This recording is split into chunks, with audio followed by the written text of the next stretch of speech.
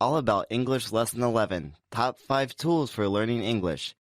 In this lesson, we want to give you some ideas on useful tools on the internet that you can use to help you with your English studying. Apart from using our lessons, of course, you will most likely need extra help when studying.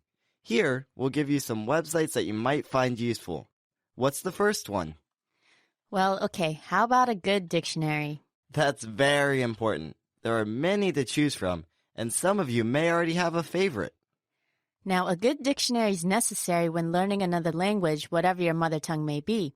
If you want to buy one, a good thing to do is look up the same word in the dictionaries you're comparing and see which definition is easier for you to understand. And also check to see how recent it is. We're going to tell you about an online dictionary that might be helpful for studying. It's called Word Reference. This dictionary gives definitions in Spanish, French, Italian, German, Russian, and English, which would be useful to those whose native language are those mentioned. It's a good online dictionary because it has a discussion forum where you can ask questions if you're not sure about the word used in context or the word used in a phrase. Even for those whose mother tongues are not included, the English definitions also have discussion forums. Right. Okay. Now, what's next, Ryan? Well, since we're talking about dictionaries, how about UrbanDictionary.com? That's a good one to know. Now, if you frequently wonder about certain words that you hear and notice that they're not in the dictionary, then this may be the dictionary to go to. Urban Dictionary gives definitions of slang, buzzwords, and phrases that you might not find in a regular dictionary. It gives a definition and a sample sentence. Right, but just a little warning, along with slang, buzzwords, and everyday phrases comes a lot of profanity as well. So just to let you know, for those who might be offended by, certain words, shall we say? Good point. That one deserves an explicit lyric sticker. What's the next tool? How about the BBC Learning English page? That's a good one. The BBC website has an English learning page that has articles, quizzes, listening practices, blogs, and more geared toward the English learner. This is a good way to study English, let's say for perhaps business purposes. The articles are short and they come along with the listening practice.